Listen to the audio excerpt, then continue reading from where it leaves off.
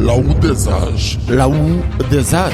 Une série de documentaires qui retrace l'histoire intégrale du monde depuis les premiers instants de l'univers et qui explore la post-histoire. La Roue des âges. Une véritable machine à remonter le temps et le temps en dehors du temps. La Roue des âges pour accompagner l'humanité dans sa marche permanente et irréversible dans le temps. La Roue des âges. La science, la théologie et l'histoire se combinent pour faire revivre le passé, décrypter le présent et prédire l'avenir. Pasteur Sadrach Dieudonné, documentariste. La Roue des âges, documentaire 3. La théorie des trois mondes, clé pour percer nombre de mystères. Les scientifiques et les savants sont unanimes à reconnaître que plusieurs cataclysmes ont déjà ravagé la Terre. Certains chercheurs émettent même l'idée que des édifices et des monuments majestueux, comme des pyramides, des constructions en pierre massives et d'autres merveilles retrouvées dans le monde entier, comme en Égypte, au Pérou, en Turquie et en Italie, pour ne citer que ces pays, ne pourrait provenir que d'une civilisation détruite par l'une de ces catastrophes. Sinon, d'après ces érudits, comment expliquer la taille de centaines et de milliers de pierres, dépassant parfois 1000 tonnes à l'aide seulement d'outils rudimentaires tels que marteaux, ciseaux et burins en cuivre ou en bronze, et le déplacement de ces blocs massifs sur plus de 400, 500 ou 700 km à l'aide de simples traîneaux, sachant que seul bloc de pierre de 300 tonnes pèse autant que 7 avions réunis et que le poids de 16 éléphants équivaut à celui d'un bloc de pierre de 80 tonnes. En effet, aucun esprit rationnel ne devrait admettre que les anciens peuples aient pu réaliser de tels exploits comme tailler et transporter sur une très longue distance, parfois même sur de hautes montagnes, ces centaines et milliers de blocs de pierre massifs sans une technologie très avancée, technologie qu'on n'a pas malheureusement retrouvée. Cependant, la Bible fournit un ensemble d'informations susceptibles de permettre à l'humanité de résoudre certaines questions difficiles, de percer des mystères, notamment la théorie des trois mondes. Le monde pré-adamique, le monde à présent et le monde à venir. Cette théorie, nous la tirons de 2 Pierre 3, les versets 5 à 7, qui se lit ainsi. Ils veulent ignorer en effet que des cieux existèrent autrefois par la parole de Dieu, ainsi qu'une terre tirée de l'eau et formée au moyen de l'eau, et que par ces choses le monde d'alors périt, submergé par l'eau, mais par la même parole, les cieux et la terre d'à présent sont gardés et réservés pour le feu, pour le jour du jugement et de la ruine des hommes impies. Le mot monde, dans ce passage et dans l'expression la théorie des trois mondes, vient du grec cosmos, qui signifie ordre social ou système social. Après la création des cieux et de la terre dans Genèse 1er, le verset 1er, Dieu établit des trônes, des dignités, des dominations et des autorités en plusieurs endroits, incluant la terre. Dieu remit le gouvernement de la terre à un chérubin. Les chérubins forment une classe d'anges forts et puissants. Cet ex-gouverneur de la terre s'appelle Lucifer. Son nom signifie porteur de lumière. En effet, il est appelé dans Isaïe 14, le verset 12, astre brillant, fils de l'aurore. Le Seigneur l'Éternel décrit dans Ézéchiel 28, les versets 12 à 15, sa beauté parfaite ainsi que son intégrité. Et je cite, « Tu mettais le sceau à la perfection, tu étais plein de sagesse, parfaite en beauté. Tu étais en Éden, le jardin de Dieu. Tu étais couvert de toute espèce de pierres précieuses, de sardoine, de topaze, de diamants, de chrysolite, d'onyx, de jaspe, de saphir, d'escarboucle, d'émeraude et d'or. Tu étais un chérubin protecteur, aux ailes déployées.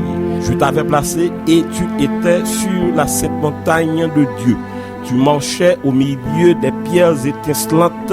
Tu as été intègre dans tes voies. » Fin de citation. Par la suite, on a trouvé de l'iniquité en Lucifer. Le Seigneur, l'Éternel, raconte dans Ézéchiel 28, le verset 17, « Ton cœur s'est élevé à cause de ta beauté. tu as corrompu ta sagesse par ton éclat. Fin de citation. Puis l'orgueil poussa le gouverneur de la terre à s'exalter et à imaginer un plan de renversement de son créateur. Ésaïe 14, les versets 13 et 14 rapportent: tu disais en ton cœur, je monterai au ciel, j'élèverai mon trône au-dessus des étoiles de Dieu. Je m'assiérai sur la montagne de l'assemblée, à l'extrémité du septentrion. Je monterai sur le sommet des nues. Je serai semblable au Très-Haut. Fin de citation. D'après Apocalypse 12, le verset 4, Lucifer parvint à entraîner un tiers des anges de Dieu dans sa rébellion. Les habitants de la terre, sur lesquels Lucifer régnait, se joignirent également à la révolte. Parce qu'ils n'auraient pas tous été exterminés s'ils n'avaient pas été partenaires du crime de trahison de l'ange hautain. Les rebelles se rassemblèrent vraisemblablement sous la terre et prirent la direction du 3e ciel où se trouve la cité de Dieu. Ils croisèrent sur leur chemin le capitaine en chef de l'armée de l'Éternel, le 2e membre de la Trinité, celui par qui et pour qui tout a été créé dans les cieux et sur la terre, les visibles et les invisibles, trône, dignité, domination, autorité. Le chef de l'armée de l'Éternel et les anges loyaux réprimèrent la rébellion et expulsèrent les révoltés sur la terre avec un grand fracas. Te voilà tombé du ciel, astre brillant, fils de l'aurore, tu es abattu à terre, toi le vainqueur des nations. Raconte Ésaïe 14, le verset 12. Je te précipite de la montagne de Dieu et je te fais disparaître, chérubin protecteur, du milieu des pierres étincelantes, révèle Dieu dans Ézéchiel 28, le verset 16. C'est de cette chute que Jésus parlait dans Luc 10, le verset 18, lorsqu'il disait à ses disciples: je voyais Satan tomber du ciel comme un éclair. Somme toute, les anges rebelles furent tous déchus de leur position. Quant aux habitants de la terre, ils furent tous tués. Dieu les jugea par un déluge qui rasa la terre. Comme conséquence, rapporte Moïse dans Genèse 1er, le verset 2, et la terre était informe et vide. Il y avait des ténèbres à la surface de l'abîme, et l'Esprit de Dieu se mouvait au-dessus des eaux. Fin de citation. La destruction complète de cet ordre social est clairement décrite dans Jérémie 4, les versets 23 à 26. Je regarde la terre et voici, elle est informe et vide. Les cieux et leur lumière a disparu. Je regarde et voici, il n'y a point d'homme. Et tous les oiseaux des cieux ont pris la fuite. Je regarde et voici, le Carmel est un désert. Et toutes ces villes sont détruites devant l'Éternel, devant son ardente colère. Fin de citation. C'est la disparition de ce monde, le monde d'alors, la civilisation pré-adamique, qui est évoquée dans 2 Pierre 3, les versets 5 à 7. Avons-nous aujourd'hui des preuves irréfutables de la disparition d'une telle civilisation? À quoi ressemblaient les êtres humains de ce monde? Les dinosaures et les mammouths feraient-ils partie du monde d'alors? Aurions-nous hérité les édifices mégalithiques et mystérieux de cette civilisation disparue? Les documentaires 4 à 13 tenteront de percer ces mystères et beaucoup d'autres encore. Merci de vous être abonné à ma chaîne YouTube, La Roue des Âges. Si vous ne l'avez pas encore fait, je vous prie de vous y abonner maintenant et d'activer la cloche de notification pour être toujours informé de la publication de tous mes documentaires. Car le voyage dans le temps et à travers le temps jusqu'à la post-histoire sera lent et mouvementé. Je vous conseille donc de vous accrocher à La Roue des Âges, la machine du temps, la seule, la vraie. Merci enfin de partager, de commenter, d'aimer, de liker.